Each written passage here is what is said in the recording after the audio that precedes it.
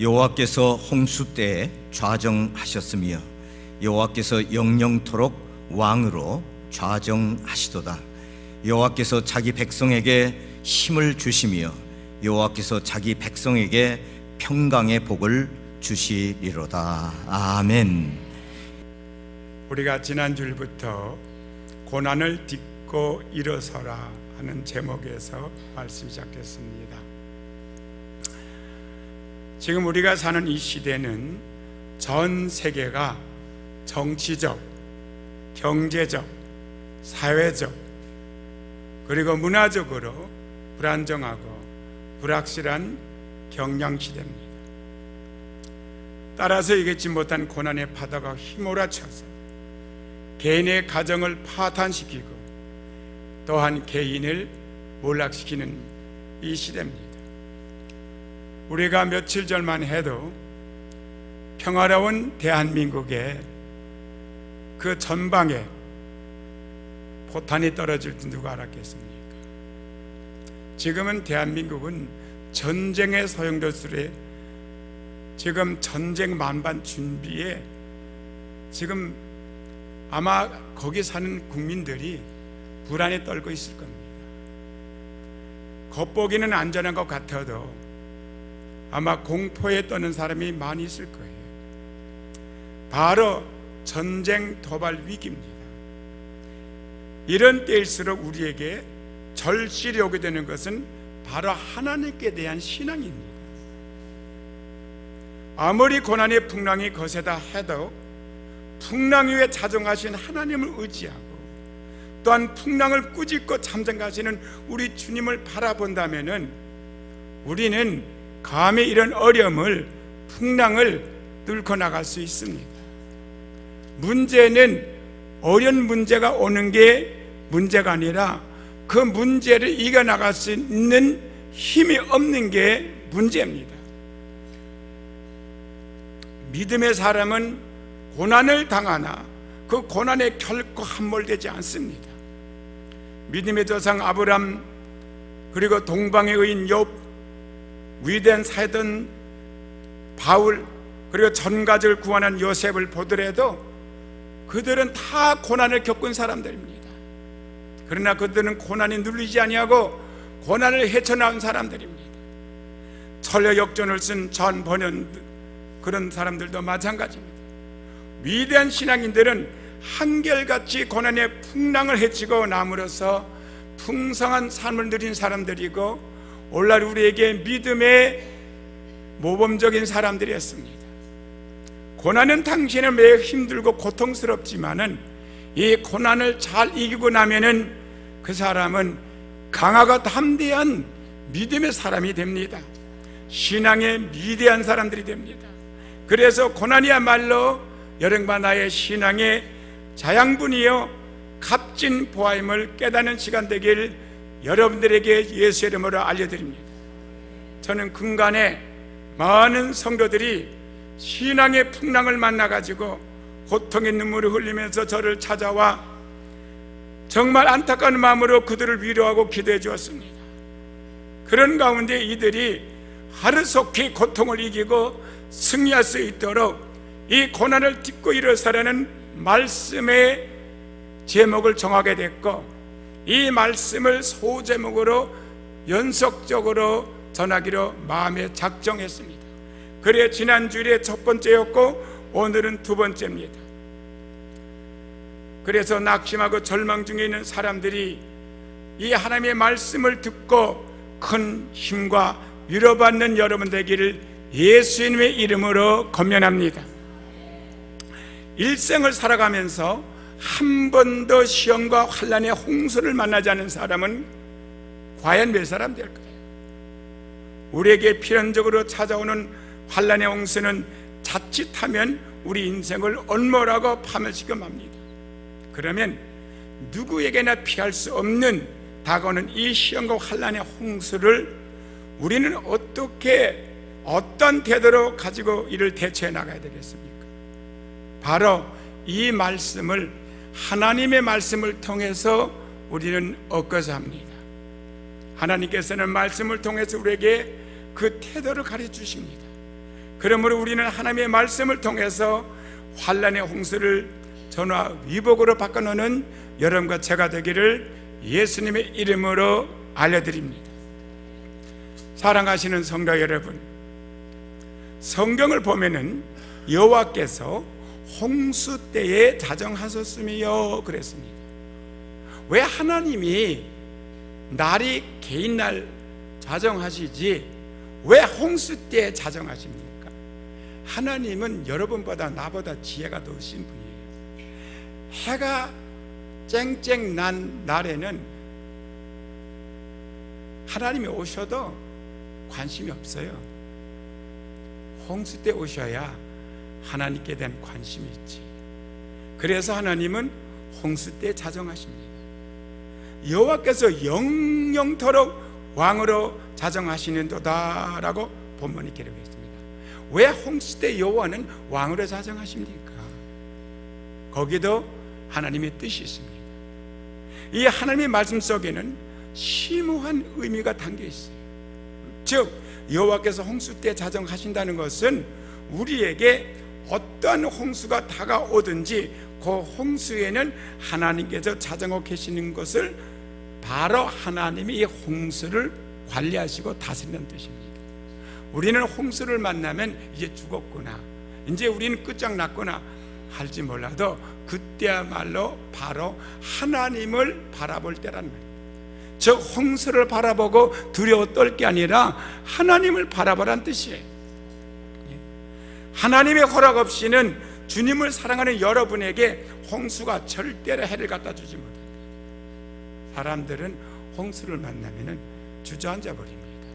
내 인생이 끝났구나. 아닙니다. 그때야말로 하나님과 함께 동행할 때고 하나님으로부터 전보다 더 많은 복을 받을 때입니다. 성경은 너에게는 오히려 몰털까지라도 세신바 되었으니 두려워하지 말라. 너희는 많은 참새보다 귀하다 그랬습니다. 하나님은 참새도 귀하게 여겨서 먹을 것을 주시고 허락 없이는 참새 한 마리도 안 떨어지는데 하물며 하나님의 형상으로 지으신 여러분과 나를 하나님께서 그냥 두겠습니까? 하나님께서 지켜주신다는 뜻입니다. 그러므로 주님께서 우리에게 홍수를 허락하실 때는 그 이유가 있다는 거예요. 왜 하나님이 홍수를 허락하셨냐 이거죠. 하나님은 홍수에 밀려오신 분이 아니고 홍수를 타고 오시는 자정하신 분이라고 그랬었어요. 즉 홍수를 주관하시는 분이라는 것이죠. 우리를 지극히 사랑하시는 하나님께서는 홍수를 까닭 없이 허락하는 법이 없습니다. 우리가 죄나 세상 쾌락이나 부귀영화를 마음에 두고 그것에 정을 붙이고 그것을 위해서 살려고 할 때에 하나님께서는 당신의 택한 백성을 위해서 시험과 환난의 홍수를 허락하심으로써 그들이 세상 것들을 위해서 살지 않도록 바로 하나님은 홍수에다 떠내리게 만듭니다. 여러분이 생각했던 명예, 여러분이 갖고 싶었던 재산, 여러분이 갖고 있고 싶었던 모든 권력을 다 홍수에 밀려 떠나게 만듭니다. 그리고 나서 하나님만 바라보게 하십니다. 장차 우리가 누릴 영광은 세상의 어떤 부귀영화보다도 감히 비교할 수 없는 영광입니다. 뿐만 아니라 세상에 주는 그 짧은 기간의 영광이 아니라 영원한 영광, 영원한 삶을 주시는 걸 바라보라는 뜻입니다. 그런데 택한 백성들이 이 영광을 위해 살지 않고 썩어질 세상의 부귀영화에 취해 살아갑니다. 하나님께서는 그 사람의 잘못된 신앙을 고쳐주기 위해서 홍수를 허락하셔서 이 모든 것들을 쓸어가 버리게 하는 것입니다. 우리는 이 말씀을 통해서 내게 왜 인생에 홍수가 왔는지 잘 적용시키는 시간이 돼야 돼요. 그래서 하나도 남김없이 다 빼앗기고 빈손 들게 되면 사람은 누구를 찾습니까?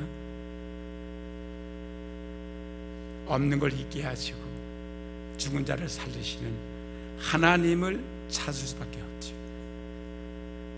바로 홍수에 자정하신 하나님을 찾게 되는 것입니다. 내게 인생의 홍수는 왔지만 그 홍수에 하나님이 자정해 계시, 하나님을 찾게 되죠. 이 세상에 있던 것 사라지고 이 세상에 귀하게 여겼던 것 다 빼앗길 때, 그때 남은 것은 오직 만물을 다스리시는 하나님만이 나에겐 보이게 되는 겁니다. 그래서 그때 가서야 죄를 회개하고 하는 중심으로 살지 못한 것을 자백하고 하나님께 엎드리게 됩니다. 주님, 나를 살려주십시오. 주님께 돌아옵니다. 지금 저의 말을 오해하지 마십시오. 여러분의 삶에 한번 견주어 보십시오. 내 인생은 어떤가? 지금 옛날에 기록된 성경으로 기억하지 마시고 지금 하나님이 저 종을 통해서 나에게 들려진 음성이라고 한번 들어보십시오. 저는 우리 교회 성도들 한 사람 한 사람의 개인 사정은 잘 모르지만 크고 작은 홍수에 인간적으로 의지했던 것을 다 쓸려내버리고 결국 하나님밖에 없다는 것을 깨닫고 하나님께 회개하고 난 성도들이 여기 대부분이라고 저는 믿습니다. 그래서 홍수는 우리의 신앙생활에 필요하다는 거죠. 절대적으로 필요한 것입니다. 홍수가 우리에게 몰려오지 않으면 우리는 언제나 썩어질 것, 육신의 정력, 잠시 있다가 없어지는 안목의 정력, 잠깐 누릴 수밖에 없는 이생의 자랑에 취해서 정신 차리지 못하다가 주님이 오시는 날 하나님의 심판을 받고 영원한 지옥으로 떨어져 버리기 때문에 하나님은 미리 홍수를 보내서 인생을 깨닫게 하는 것입니다. 그래서 홍수는 나쁜 게 아니라 우리에게 유익한 것이에요. 이러므로 하나님께서는 택한 백성들로 하여금 정신을 차리고 살게 하기 위해서 홍수를 허락하셔서 환경을 정리하시는 것입니다. 또한 홍수는 하나님의 축복의 수레이기도 합니다. 여호와께서 홍수 때 자정하셨음이에요. 여호와는요 홍수에 밀려오신 분이 아닙니다. 홍수에 떠내려오신 분이 아니에요. 여호와는 홍수를 타고 오신 분이에요. 타고 오셨다는 말은 홍수를 마음대로 주관하신 분이라는 말입니다. 그래서 오늘 본문 10절에 여호와께서 홍수 때 자정하셨으면, 자정하셨다고 해요. 떠내려오셨다고 그러잖아요. 자정이라는 말은 왕자로 오셨다는 게, 왕자의 보좌에 앉아서 왕좌, 왕자가 아니고 왕좌, 홍수를 왕자로 삼으시고 주관한 자로 오셨다는 거예요. 이것은 참 재미있는 표현이죠. 왜 하필이면 하나님이 평화로울 때 자정하시고 오시지 왜 홍수 가운데 자정해 오십니까? 사랑하는 성도 여러분, 호수는 가만히 고여있지만 홍수는 우렁찬 소리를 내고 무선 속도로 밀려옵니다. 이게 차이가 있습니다. 하나님께서 타고 오시는 홍수도 우렁찬 소리를 냅니다. 마치 무서운 속도로 질주하는 커다란 수레와다 같아요. 그래서 시험과 환난이, 홍수는 하나님의 수레라고 할 수가 있습니다. 왠지 아세요? 왜 하나님은 잔잔한 호수를 타고 오시지? 왜 홍수를 타고 옵니까? 홍수에 자정하시면 홍수는 하나님을 모시고 무서운 소리를 내는 수레가 되어서 우리에게 질주합니다. 우리가 등이 따뜻하고 배부를 때는 하나님께서 우리의 마음의 문을 두드려도 문을 열어주지 않아요. 홍수가 부닥쳐야 그때서야 문을 열고 만물을 지으시고 주관하신 하나님을 영접하지, 배부르고 등 따뜻하고 풍요로울 때 절대 하나님 음성 듣지 않습니다. 홍수가 다가와서 모든 것을 쓸어가게 되면 그때는 누구를 막론하고 홍수를 수레 삼고 찾아오는 하나님 찾게 됩니다. 이래서 홍수의 체험이 우리에게 불행은 아닙니다. 하나님께 수레 삼고 오시는 홍수의 체험을 통해서 이 세상의 부귀공명으로 살려고 하던 모든 잘못된 생각을 부경으로 바꿀 수 없는 영원한 하나님의 축복, 그리고 하나님의 만남을 얻을 수 있기 때문에 홍수라는 것은 지나고 보면 큰 축복이 될 수 있습니다. 여러분, 홍수 만나면 기도 안 해요. 기도가 뭡니까? 하나님 찾아서 하나님하고 대화하는 게 기도예요. 나에게도 이런 홍수가 수없이 많이 임했습니다. 어린 나이에 부모를 잃는 홍수가 다가왔던 것이 지금 돌이켜보면 얼마나 큰 복이었는지 모릅니다. 내가 어렸을 때 부모를 잃는 홍수를 만나지 않았다면 저는 오늘 같은 불행한 부모 없는 고아를 돕는 그런 사람이 될 수가 없었을 것입니다. 그때는 고아가 됨으로 인해서 외로움, 고독, 고통, 슬픔을 겪으면서 세상에 하나님이 나를 이렇게 고통스럽게 만들 수가 있는가. 저는 장로의 손자고 집사의 아들이었기 때문에 하나님을 압니다. 하나님은 잘 믿지는 않았지만 하나님 알아요. 어려서부터 어떻게 하나님이 좋으신 하나님이라는데 어떻게 이렇게 졸지에 아버지도 뺏어가고 엄마도 뺏어가고 나를 아무도 도와주는 사람 없이 어린 나이에 고아를 만들어놨을까. 내게는 모든 것이 절망이요 슬픔밖에 없었습니다. 저 사실 매일같이 효창공원에 가서 울었어요. 아무도 대답을 안 해요. 하나님을 원망했어요. 통곡했어요. 위로해준 사람 하나도 없었어요. 나는 이제 모든 것이 끝장났다고 생각해 봤습니다. 내 아버지가 살아계실 때, 잘 먹고 잘 입고 잘 살 때에 밥 좀 달라고 구걸해 왔던 그 거지, 전철 그때는 없었지만은 전차가 있었습니다. 길을 건너기 위해서 지하를 지나가게 되면 거기에 동냥하는 거지 아이들이 있었어요. 저런 아이가 되겠구나. 내 자신의 비참한 모습을 바라보면서 하나님을 원망했습니다. 부모를 뺏어간 북한의 공비들을 미워했습니다. 그러나 그것이 오늘날에는 하나님께서 고아의 바로 홍수를 수레 삼고 나의 생애 속에 들어오시는 것을 감사하게 됐습니다. 왜?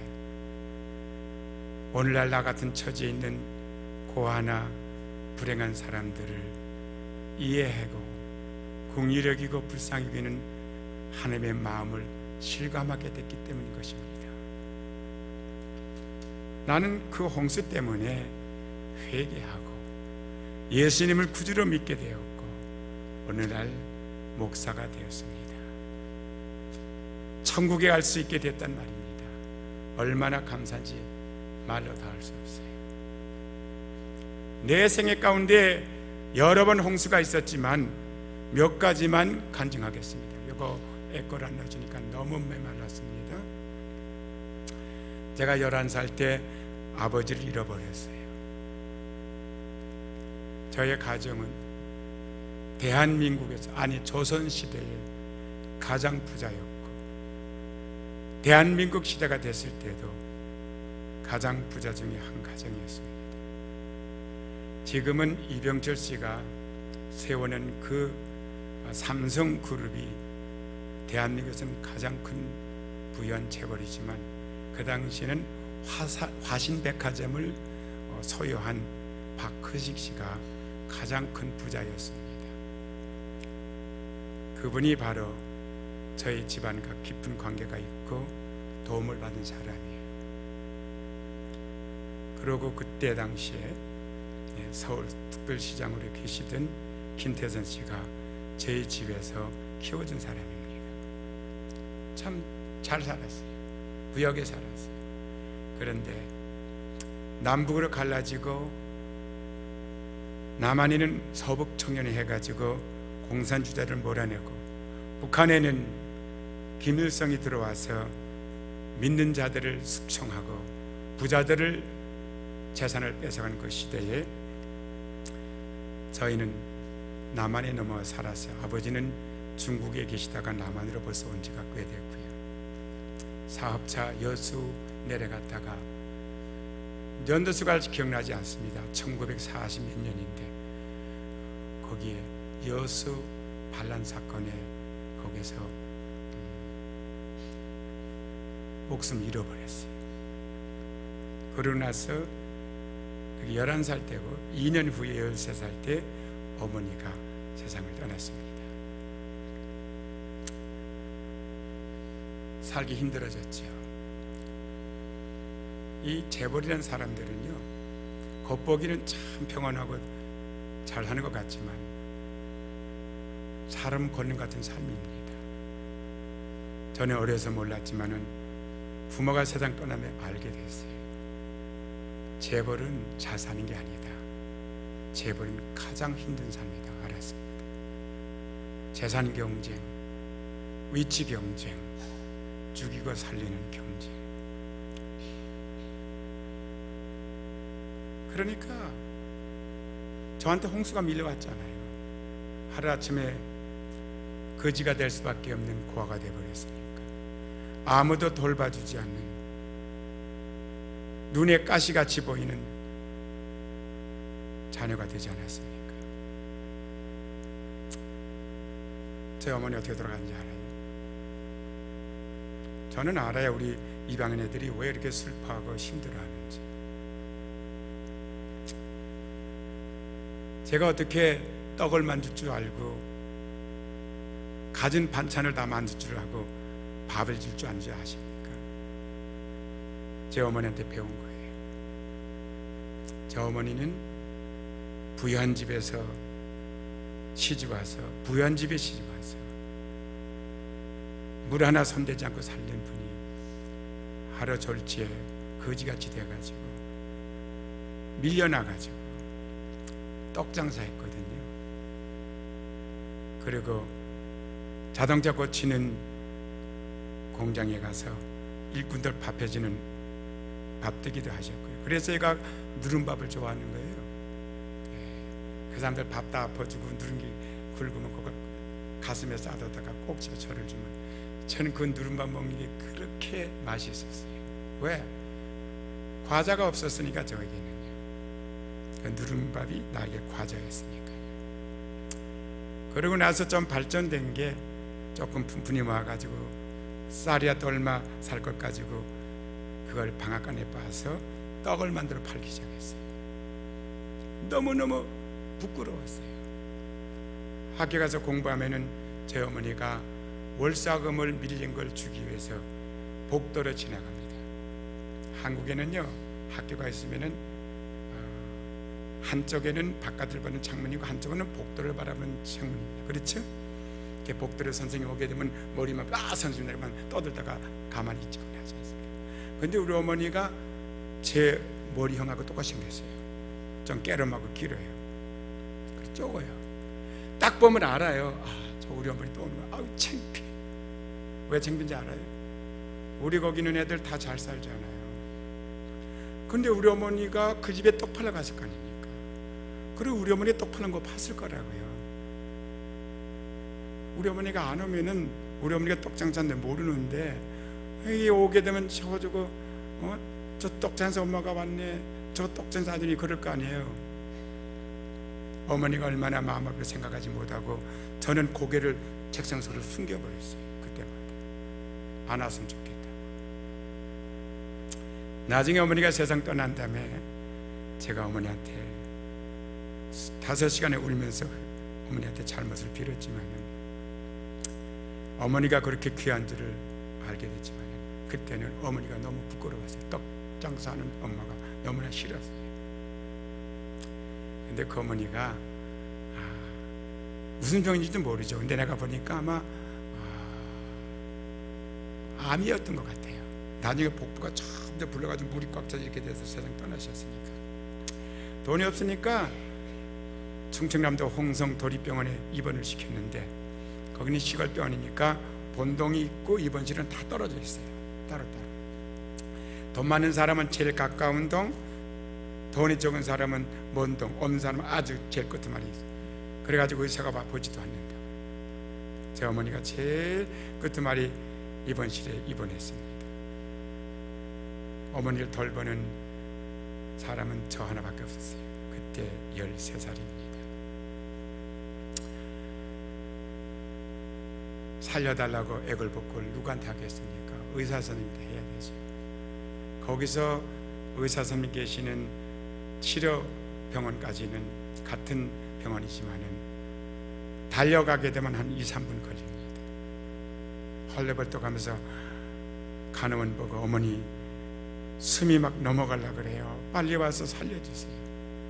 아마 제가 한 50여 번을 왔다가 됐을 거예요. 의사가 결국 보지 않았습니다. 그리고 어머니 세상 떠나셨어요. 그게 제 인생이에요. 과거예요. 자, 이제 가족도 없고 친척도 없고 도와줄 사람이 없잖아요. 그래서 혼립을 알죠, 여러분? 한국에 혼립이라는 게 있습니다. 섬을 누찬, 천으로 짠, 광목으로 짠 혼립을 말입니다. 여기 말하면 시트라고 그랬죠. 펴놓고 어머니 시체를 질질 끌어서 눕혀놓고 말기 시작해서 헝겊을 찢어서 묶고 가만히 벌쳐서 둘둘 말아서 새끼를 묶고 등어리다 지고, 없잖아요. 우리는 땅이 남의 땅에 파고 거기다 묻었어요. 그러고 한없이 울었습니다. 어머니, 내가 앞으로 성공하고 반드시 돌아와서 산소를 옮겨드릴게요. 그게 제 인생이었어요. 나에겐 말할 수 없는 홍수가 다가온 거예요. 이제는 살 길이 없어요. 그런데 하나님은 이 홍수를 타고 자정하셨어요. 그때는 아버지 의지하고 어머니 의지하고 살았는데 이제는 의지할 것이 없는 거예요. 내가 배운 게 딱 하나 있다면 그 어머니가 예수를 잘 믿었어. 그런데 하루도 안 빠지고 새벽마다 엎드려서 하나님 앞에 기도했습니다. 내가 배운 것밖에 없었어요. 하나님, 아버지도 가셨고요, 어머니도 갔습니다. 저는 아무도 도와줄 사람이 없어요. 하나님, 날 도와주세요. 그 후부터 피 한 방울 섞이지 않은 아주 좋은 분들이 저에게 가까이 오기 시작했고 만나게 됐고, 그들을 통해서 저는 미국을 오게 됐습니다.